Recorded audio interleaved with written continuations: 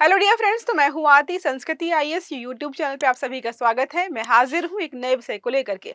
आज हम बात करने वाले हैं कि भारत मंगोलिया पर इतनी दिलचस्पी क्यों दिखा रहा है। क्या जो है संबंध है हमारे मंगोलिया के साथ, व्यापारिक, आर्थिक और सांस्कृतिक, ये भी देखेंगे। और जो है अगर कह सकते हैं तो एक डाक टिकट भी जारी किया गया है। और मोस्ट इम्पोर्टेंट बात ये है कि हमारे रामायण के कुछ चित्र और वहाँ की एक जो है लोक नृत्य के चित्र जो है दोनों साथ में प्रदर्शित किए जा रहे हैं। और भी बहुत सारे फैक्टर्स हैं। कुछ लोगों का मानना है कि हम जो है मंगोलिया के साथ अच्छे संबंध इसलिए बना रहे हैं क्योंकि वो चीन के पास पड़ता है। तो चीन को काउंटर करने का तरीका है, जैसे चीन क्या करता है, हमारे पड़ोसी देशों को जो है अपने साथ मिलाने का प्रयास करता है, वही रणनीति हम भी अपना रहे हैं। तो बहुत महत्वपूर्ण टॉपिक है। पहली बात तो ये कि इमेज देख रहे हो ना, तो भारत और मंगोलिया के बीच जो राजनयिक संबंध है उनकी 70वीं जो है वर्षगांठ मनाई जा रही है, जिसकी वजह से दोनों देशों के जो राजनेता है, प्रमुख है, वो आपस में मिल रहे हैं। और इसी उपलक्ष्य में इन्होंने जो है डाक टिकट भी जारी किया है। लेकिन जो जैसा दिखता है वैसा होता नहीं है, ये सच भी है। और अंतर्राष्ट्रीय स्तर पर जो भी दो देशों के बीच संबंध आपको दिखाई देते हैं कि दोनों दोनों मिल रहे हैं, डाक टिकट जारी कर रहे हैं, सांस्कृतिक जो है चिन्हों को जो है उजागर कर रहे हैं, उनके पीछे जो है कुछ और ही लक्ष्य होता है। और अगर आप जो है निष्कर्ष निकालेंगे तो सबका एक लक्ष्य होता है। पहली बात तो अपने दुश्मन को काउंटर करना, दूसरी बात होती है कि भाई इससे हम कितना ज्यादा से ज्यादा आर्थिक लाभ ले सकते हैं। और यही दो इंपॉर्टेंट मोटिव्स हैं जो कि हर जगह काम आते हैं। तो देखो, मंगोलिया के जो राष्ट्रपति हैं उनका नाम है उखना खुरेलसुख, याद रहेगा तो बहुत बेहतरीन है। ये 4 दिन की जो है भारत की यात्रा पर आए हुए हैं। जो हमारे प्रधानमंत्री नरेंद्र मोदी जी हैं उनके बीच जो है 10 महत्वपूर्ण और अहम समझौते हुए हैं, वो हम बात करेंगे। और समझौते के साथ साथ डाक टिकट भी जारी किया गया है, ये हमने ऑलरेडी बता दिया है। तो डाक टिकट में क्या बना है, भारत की जो रामलीला है उसके चित्र बने हुए हैं। और एक मंगोलिया का लोक नृत्य है जिसका नाम है बेलगे चित्र। ठीक है, बेलगे, इन दोनों को जो है इमेजेस बनाए गए हैं। ये दिखाई दे रहा है, ये रहा इनका बेलगे और ये हमारे रहे जो है रामायण के चित्र। ओके, समझ में आ गया होगा।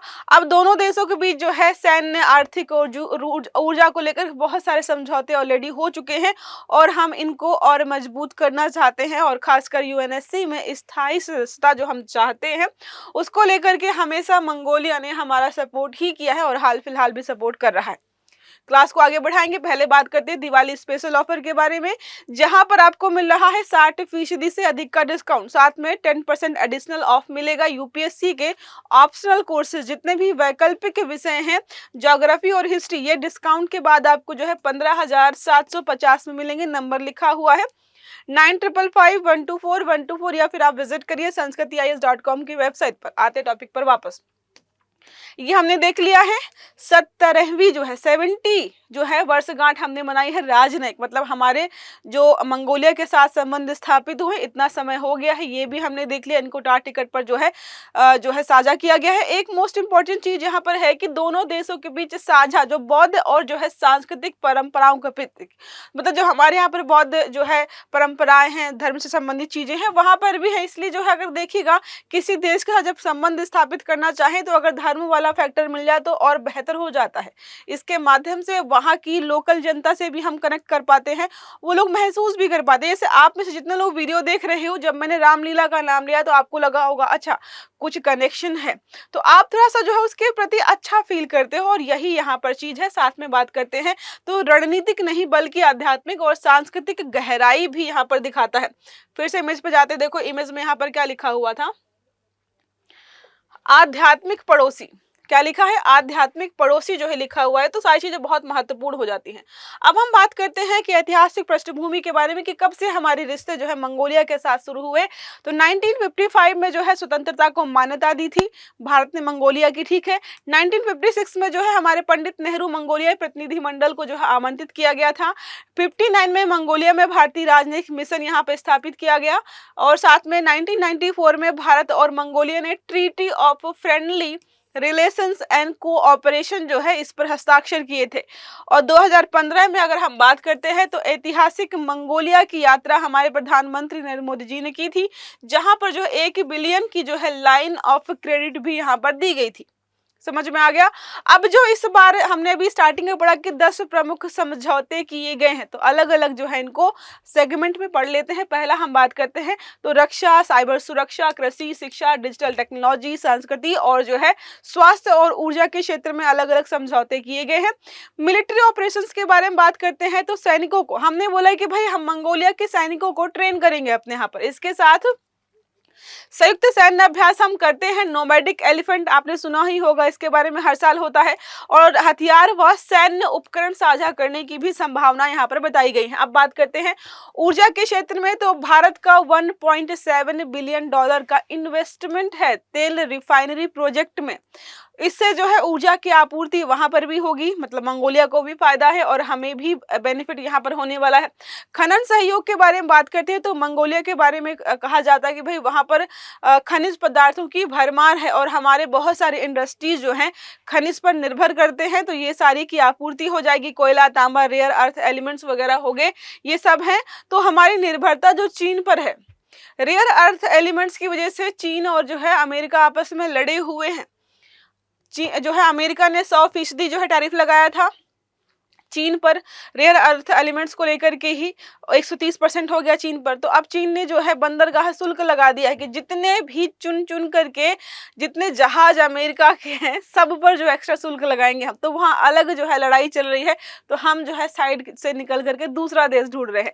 कनेक्टिविटी और इंफ्रा की बात करते हैं तो भारत IT, एजुकेशन, हेल्थ, डिजिटलीकरण में निवेश कर रहा है।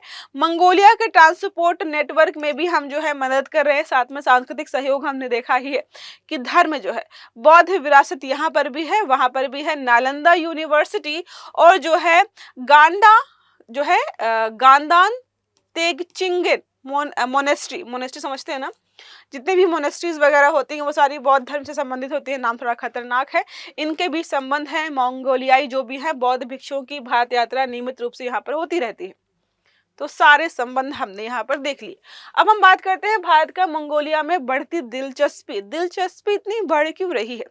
आपको लगेगा अगर 70वीं वर्षगांठ हमने मनाई है तो 70 वर्षों से हमारा संबंध तो है ही, फिर अभी हाल फिलहाल में ऐसा क्या हुआ है। तो पहली है कि मंगोलिया चीन और रूस के बीच स्थित है, एक लैंड लॉक कंट्री है, बफर स्टेट यहाँ पर है, दोनों के बीच में स्थित है।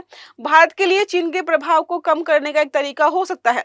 और जो है मंगोलिया की खास बात यह है कि वो कोशिश कर रहा है कि भाई ऐसी जगह से जो है व्यापार या संबंध स्थापित करे जहां पर चीन और रूस का प्रभाव ना हो ज्यादा। अब देखो भारत जो है एक्ट ईस्ट की नीति के तहत जो है कनेक्ट सेंट्रल एशिया नीति से हम चाहते हैं कि भाई हमसे क्या करें, मंगोलिया भी जुड़े। तो बहुत सारे बेनिफिट्स यहाँ पर है। ऊर्जा और सुरक्षा संसाधनों के बारे में हमने बात कर ही ली है कि विशाल कोकिंग कोल यहाँ पर है, तांबा है, रेयर अर्थ मेटल्स वगैरह है, जिसकी वजह से अगर ये हमें मिल जाए तो हमारा इलेक्ट्रॉनिक्स, बैटरी, स्टील उद्योग जो है बहुत अच्छे जो है तरीके से बढ़ेगा। अब चीन पर निर्भरता भी घटेगी। तो रेयर अर्थ एलिमेंट्स जिन पर हम निर्भर है चीन पर, क्योंकि चीन के पास ही है। चीन ने अभी बोला था कि हम तुम्हें रेयर अर्थ एलिमेंट्स देंगे, लेकिन एक शर्त पर कि तुम किसी दूसरे देश को निर्यात नहीं करोगे और खासकर USA को तो बिल्कुल भी नहीं देगा। तो दे तो रहे हैं हमें लेकिन जो है टर्म्स एंड कंडीशंस के साथ में। इसलिए हम चाहते हैं कि क्या कोई ऐसा पार्टनर हमें मिले जो कि चीन को बाईपास करके हम चीजों को खरीद पाए और कोई नियम कानून फॉलो भी ना करना पड़े। रक्षा सहयोग हमने नोमैडिक एलिफेंट के बारे में पढ़ लिया है। साइबर और जो है बॉर्डर सिक्योरिटी में नई साझेदारी दोनों के बीच हो रही है। इंडो पैसिफिक विजन के बारे में अगर हम बात करें तो भारत जो है फ्री ओपन जो है परस्परस इंडो पैसिफिक का समर्थन करता है कि भाई किसी भी देश का कोई ज्यादा प्रभाव नहीं होना चाहिए, सब लोग आजादी से आराम से इस काम को करें तो वही बेटर होगा। और मंगोलिया भी इसी जो है विचारधारा के साथ काम करता है। तो दो लोग जब विचारधारा एक जैसी होंगी तो जाहिर सी बात है ज्यादा से चीज चलेंगी। धार्मिक सांस्कृतिक जुड़ाव हमने देखा है, बौद्ध धर्म का जुड़ाव है।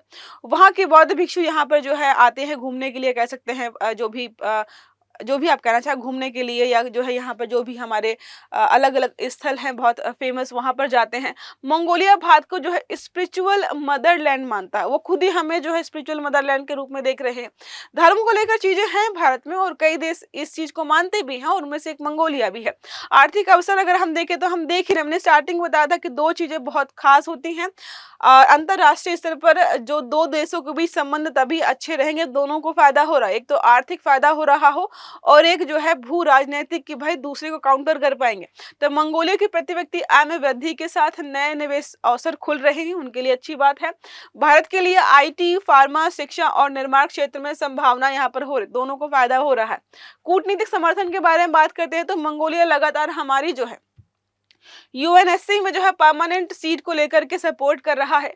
भारत के ग्लोबल साउथ नेटवर्क को मजबूत करने में भी हमारी वो मदद कर रहा है। तो अब कोई इतना अच्छा करेगा तो जाहिर सी बात है हम भी आगे बढ़ चढ़ करके उसके साथ पार्टिसिपेट करेंगे। और यही रीजन है कि हम इतनी दिलचस्पी दिखा रहे हैं कि चीन का पड़ोसी है और हमारा इतना समर्थन कर रहा है।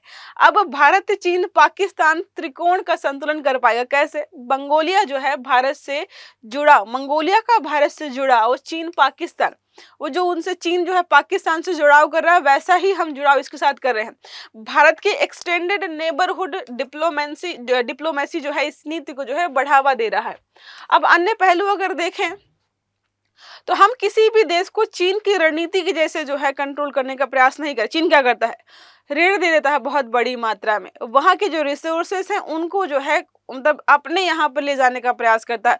देश को मतलब जिस देश का तो संबंध स्थापित करता है उस देश की हालत खराब कर देता है, लेकिन ऐसा कुछ भी नहीं है। हम चाहते हैं अगर हमारे किसी देश का संबंध स्थापित हो तो उसका बेनिफिट भी हो। तो सॉफ्ट पावर डिप्लोमेसी हमारी है। हमने कोई हथियार नहीं दिए हैं, हमने कोई लोन नहीं दिया है, हमने धर्म को जो है कनेक्ट किया है, पुराने रिश्तों से कनेक्ट करने का यहाँ पे प्रयास किया है। तो देखो बौद्ध सांस्कृतिक केंद्र हो गया, योग, आयुर्वेद और भारतीय सिनेमा के जो लोकप्रियता उसके माध्यम से हम संबंधों को अच्छा कर रहे हैं। डिजिटल पार्टनरशिप, तो भारत ने मंगोलिया के डिजिटल स्किलिंग और ई गवर्नेंस सहयोग शुरू किया है। एजुकेशन, तो भारतीय विश्वविद्यालयों में मंगोलियाई छात्रों के लिए जो है आईसीसीआर स्कॉलरशिप हम चला रहे ताकि वहां के बच्चे आके यहाँ पर पढ़ें। इंफ्रास्ट्रक्चर लोन भी दे रहे हैं। तो भारत द्वारा दिया गया 1 बिलियन का ऋण मंगोलिया के रिफाइनरी और जो है ट्रांसपोर्ट जो भी प्रोजेक्ट हैं उन पर जो है उनकी मदद करने वाला है। समझ में आ गया इतनी दिलचस्पी क्यों है? आप कहीं पड़ोस में कोई ऐसा व्यक्ति आ जाए जिससे आपको बहुत सारे फायदे होने लग जाए तो आपकी दिलचस्पी बढ़ जाएगी ना उस पे। तो वही यही कि भाई पड़ोसी हमारा नहीं है तो किसी और का, लेकिन फायदे हमें बहुत सारे हो रहे। तो प्रश्न हमारा 2025 में जारी भारत मंगोलिया संयुक्त डाक टिकट पर कौन से सांस्कृतिक प्रतीक दर्शाए गए हैं? बार बार बताया था मैंने, याद रहा तो बहुत बढ़िया है। विकल्प है रामलीला और जो है बीए लगे। दूसरा है भरतनाट्यम और मंगोलियन मास्क डांस। तीसरा है कथकली और समन डांस। चौथा आखिरी है रामायण और बौद्ध ग्रंथ। तो सही आंसर देना है आपको कमेंट बॉक्स में। आई होप ये आर्टिकल आपको समझ में आया होगा। अगर वीडियो अच्छा लगा है तो लाइक करना है, चैनल को सब्सक्राइब करना है, बेल आइकन दबाना है ताकि जितने भी इस प्रकार के आर्टिकल्स हैं वो सारे आपको समय पर मिलते रहें। तो अच्छे से पढ़िएगा। Have a good day. Thank you.